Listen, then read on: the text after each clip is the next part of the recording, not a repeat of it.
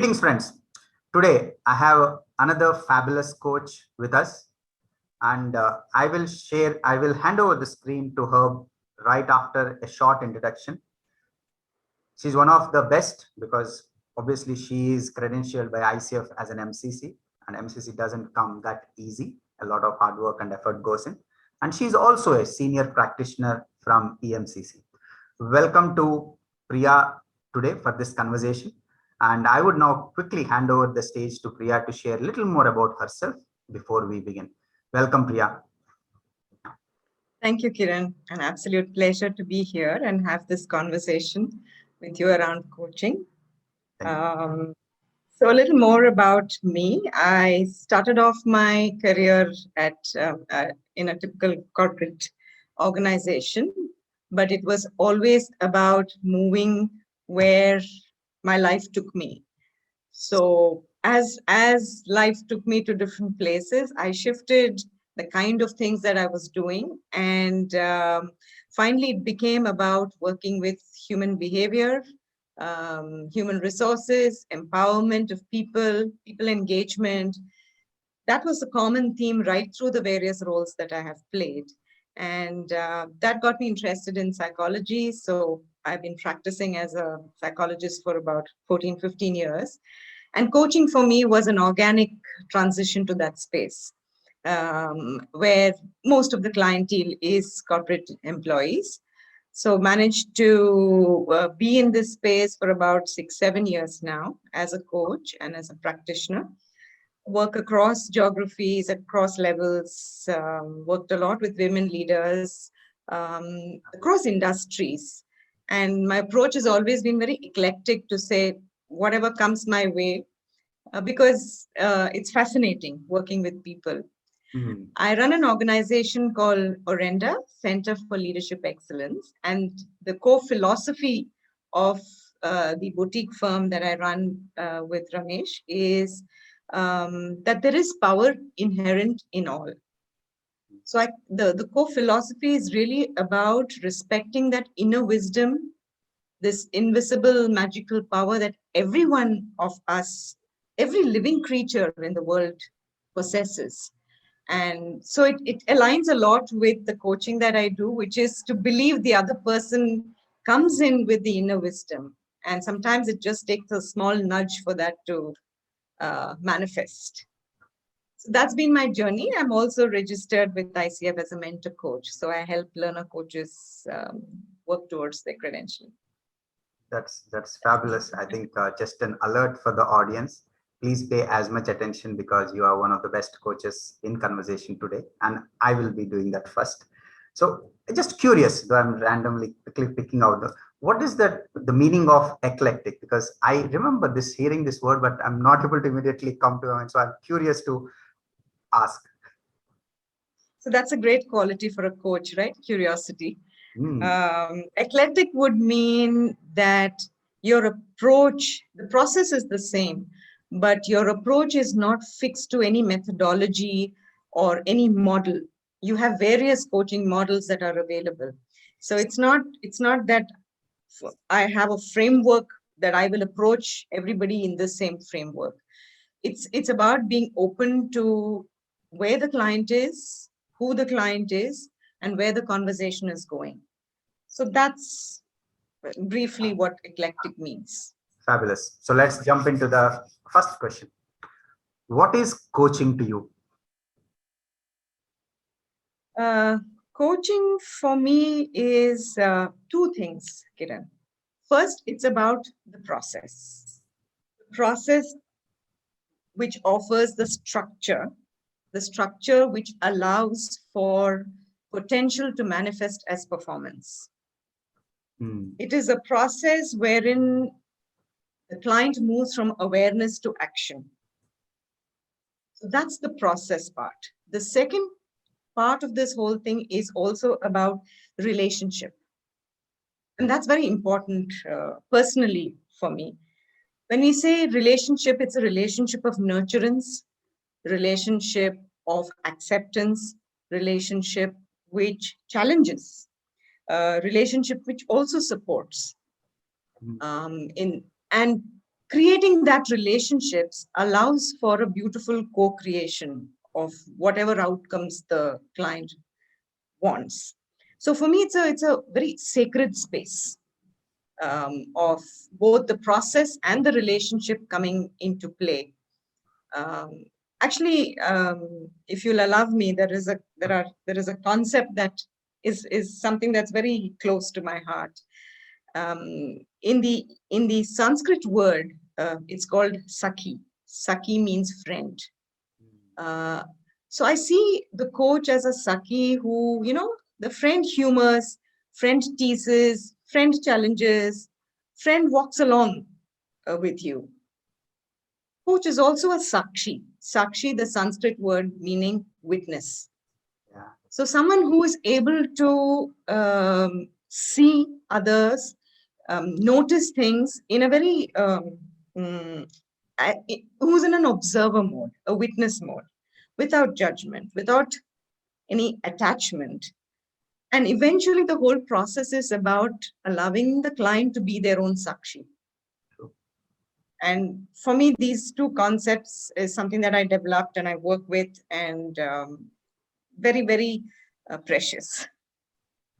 I think I'm just probably coming on into the screen, probably sitting next to you is a feeling I get when I hear the analogy, or in English, whatever they may call. To me, the pair of Sakhi and Sakshi seems to be so deep and so profound. If one can connect to that space so much, it looked so dear that I'm actually seeing the rest outside. The process and relationship, which you said, brings you to that sacred space. I think it's such a beautiful thing. And you also married the concept of challenging, at the same time supporting, leading to co-creation. I think is the most healthy space one can be. One will never benefit if you are only have people who say, great, whatever you do, great. So I think in the to save time and to get more insights, I'm jumping to the next question. Who benefits from having a coach? I think you know the answer to it. I think anyone benefits, right? Um, Most importantly, if you want to narrow it down, anyone who's interested in their success. Coaching is not an easy journey. It's not like the coach is just going to ask questions and the client just needs to answer, right? So it is a courageous journey. So anyone who's willing and wants success in life, who's also ready to look within and be reflective, it applies to anyone in that space. So for me, anyone who wishes for this is a client. Fabulous. I think three things definitely stood out. Anyone and everyone can benefit, provided they have the interest in making progress and success, whatever that is important for them. The last you also mentioned, beware, it's not an easy journey that you go get a coach and things will happen. It's a lot of hard work coming from within for the coachee. And there's no hard work, there is no pain, no gain kind of a logic. So fabulous. With that, let's move to the next question. There are myths out about everything in this world. Same is the case with coaching. What is that one myth about coaching that you would like to burst today? I think I made a fleeting reference to it when I said coaching is not about asking questions and the client answering. It's not an interrogatory session. So very often we have somebody say, you ask a lot of questions and then we answer, and what happens, right? So it's not just that. The questions are born from the moment, basis the response from the client. So it is woven into, and it's a conversation. Coaching is a conversation. It's not an interrogatory session. And if you'll allow me, there's one other myth that I want to share, and I wish for people to know is um, the coach does not hold a magic wand. So the answer doesn't, so you don't get transformed overnight just because you've had a coaching conversation. The coaching conversation is something that triggers that transformation for you. And the magic really happens when you're able to action on it, action on the awareness, and really be ready to embed it, to embrace the action in all parts of your life, right? So yeah, so it's not a magic. The coach is not a magician.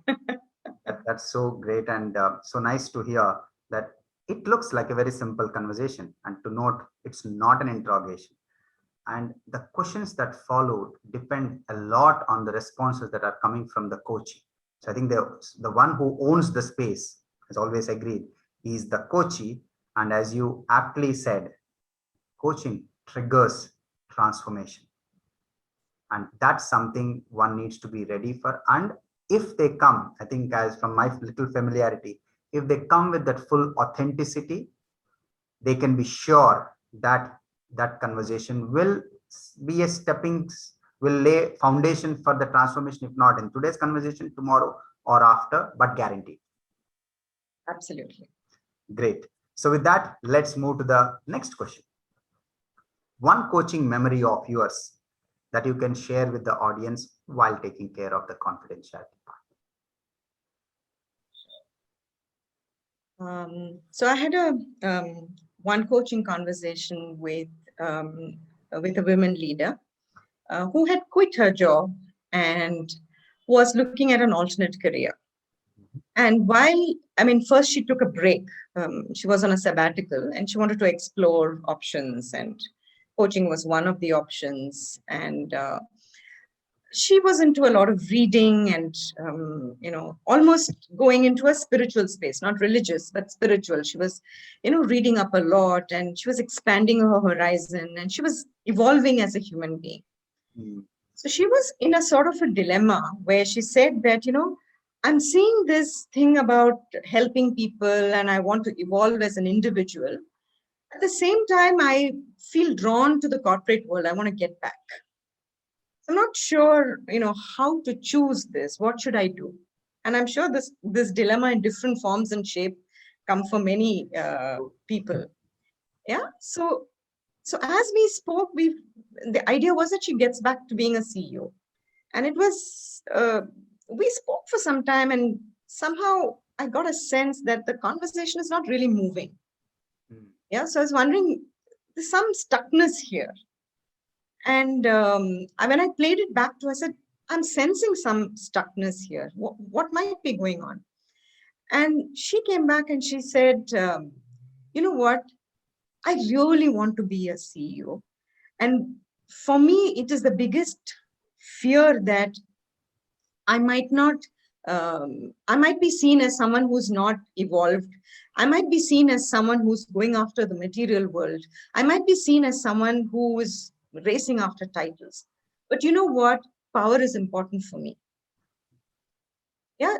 So for me, that moment when she was able to declare it for herself, not for me, where she was able to be vulnerable enough and fearless enough to declare it for herself, I think that's when the penny dropped. And thereafter, it was just, she owns it, and she had unburdened herself, and she went out there going back saying that this is what I want, and I want it for this reason. And this is relevant for me now at this point in my life. Everything just fell into place for her. So many such conversations where I feel so inspired and so humbled by the courageous journey that each individual takes. It's amazing. I think I'll probably just start with the word again, that is of authenticity. The moment one is authentic to own self, I think the audience can check this once again for themselves. It rarely happens in today's world with you surrounded by an environment which has a very strong power on you. And coaching provides that space for one to be authentic, fearless, and without hesitation. And I think that has happened in this case. And she being honest with herself, I think got her the breakthrough, what you as you shared. And I think she was proud about it and thereafter had no doubt about it and went on to do what was close to her heart. There's nothing right or wrong about it. It's just her journey, her choice, her decision, and she did it. So, And she owned it, and right? she owned it, I think, most importantly. So that's a fabulous experience to listen. Thanks a lot for that. So with that, let's move to the next question. What do you see as the future of coaching? So we often look at coaching as one-on-one. I mean, that's the most common method or common format of coaching. But we're also getting in touch with working with larger groups and teams. Hmm. I think one thing that I'm seeing as the future for coaching is not to look at the individual in isolation, but look at the individual as part of a system. The individual influencing the system and the system influencing the individual. A leader in an organization, the decision they take, their, their state of being influences the people around them. And the way the people around them work influences who the leader is or how the leader shows up. So for me, I'm seeing that the way forward is really looking at it from a systemic lens. And so systemic coaching, I think, would also be another area which is kind of gaining momentum and making sense, because something like the pandemic, something happened in China and it has changed the world. True. Something that you do in your house, a conversation you have with one member in the family, somehow it has an impact on everybody else in that ecosystem, and similarly vice versa. So I don't think we can take this systemic uh, perspective out of anything now, and I think it's coming to life more and more now. So I'm seeing systemic coaching as a strong way forward. I think it makes a lot of sense. One word came to my mind while you were sharing the detail is there are no islands. Yeah. Everyone is part of an ecosystem. And I think much more than 50 or 100 years ago, today we are all strongly connected in the fabric of the society and the community, and strong influential forces that are around us, knowingly and some unknown also. So I think it does make a lot of sense to see the big picture and see the individual as part of a system rather than see them as an isolation. And I think that will be definitely be a benefit to a beneficial step in the right direction. Great. Thanks a lot for that. So with that, let's move to the next one. How can a coach build and sustain their competency as a coach beyond credentialing? Because often the journey is ACC, PCC, and an MCC, or some choose to take a pause after each of these skills. So, how can they build and sustain their competency? It's more an attitude, Kiran, when we say always be learning, right? So those are the three words that always resonate with me. And one doesn't stop learning. You've not arrived. You never arrive. You're always arriving. So to keep the seeker in you alive, and for that, it means maybe some learning, maybe some reflection. One of the things that's always helped me is self-reflection and practicing, practicing using a reflective journal. So every challenge, everything that is working, not working, I seek answers. And I think that the credentialing is a stepping stone, but who you become beyond that is a greater journey, because you've got to do this on your own. It's so true. I think the credentialing provides the structure and the start of a journey. And as you said, you never arrive. I repeat it, you never arrive as a coach. And all coaches, I'm sure, would agree. It's a journey of a lifetime and just goes on to the last breath. I think learning continuously and reflecting upon the conversations, discussions, and topics related to coaching, and I think everything. And as I think in one of the previous conversations came, it is you who is getting transformed. There are no two yous when you are a coach. There's only one you. And I think that's what, if it keeps a coach going, I'm sure even if they take pauses in between the journey, And the credential part, the learning doesn't stop and the growth continues. Continues. Great. With that, let's move to the next question. As you see, what's the most important attribute that a coach should embody? And this is personal when I share this, Kiran. I think for me, humility is the one attribute that I would always value over anything else. Um, a coach has to just be and not uh, look intelligent or be intelligent. It is who you are, and you are taking someone on their hero's journey. They are the hero, you know. So I think always remembering that it's their journey. While you do learn, you do benefit, but in the session, it's always about the humility. And I think that goes a long way. And it's very, very personal to me. I'm sure there are a lot of other attributes, but this is an important one for me. It is so fabulous to hear that line, taking one on their hero's journey. I think if a coach assimilates it and is proud to be there and happy to be there, joyous to be there along with the coachee while they take up their hero's journey, I think it's a beautiful thing. Probably you become a part of a creator also. You can say that sense of, I think that would dawn upon the coach.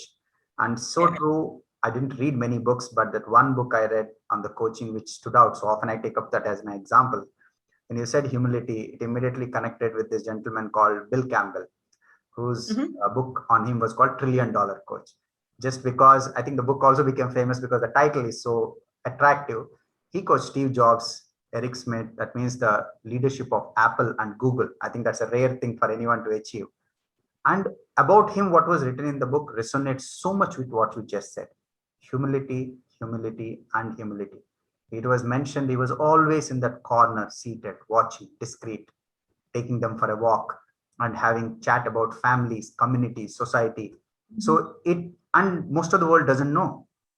In an amplified picture of coaches today, he's mostly unknown. And this book was written actually after he passed away.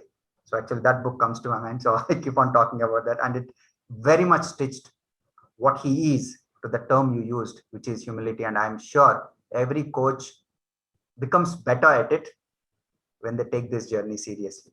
That I can say. I must read that book, Kiran. I haven't read it. Fabulous. Very few books I read, but this book definitely stands out. So with that, we come to the last of the questions. However, there is one last which you should support the audience with, which is there are many wannabe coaches. What is that one advice from you as an experienced coach that would support these wannabe coaches?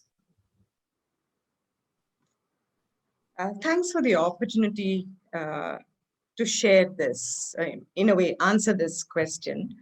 I think for anyone who wants to be a coach or wants to get better as a coach, needs to look at this journey not just as learning some competencies and building those skills. There is definitely an inward journey. If you cannot ask yourself those questions, it's going to be harder for you to ask for someone. I'm not saying impossible, but harder. If you cannot accept yourself, it's going to be a little harder to accept somebody else and their authentic self. So it is about, there are two paths to that journey. One is building those skills and competencies as a coach, but also being able to look at yourself, reflect, and introspection is a very key part. And being brave enough to see yourself, shadows and all, warts and all. See yourself as an evolving individual, right? So your biases, examining yourself through introspection.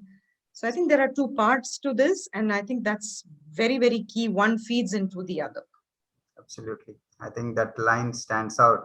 It is beyond skill. So one needs to be alert to that. It is beyond skill, and it is just not alone about a competency journey.